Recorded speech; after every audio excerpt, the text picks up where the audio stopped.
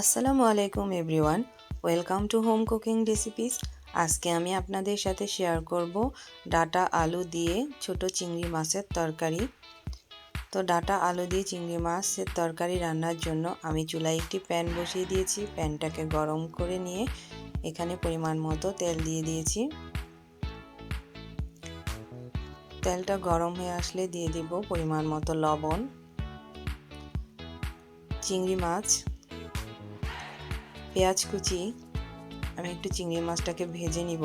চিংড়ি মাছটা আগে আমি ভালো করে বেছে ধুয়ে পানি ঝরিয়ে রেখেছিলাম।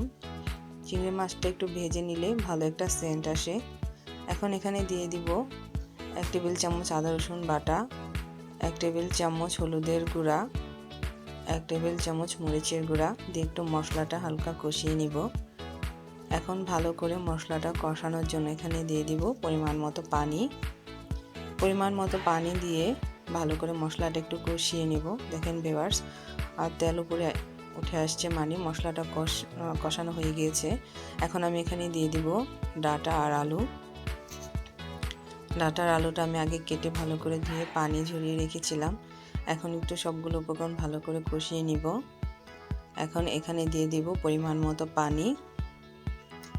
দেখেন ভিউয়ার্স, বলক চলে আসছে, আমার তরকারিটা প্রায় হয়ে আসছে। এখন এখানে দিয়ে দিব টমেটো কাটা। আমি একটা টমেটো কেটে রেখেছিলাম আগে। হয়ে গিয়েছে আমার তরকারিটা। এখন আমি নামিয়ে নিব। ভিউয়ার্স, নামিয়ে নিয়েছি।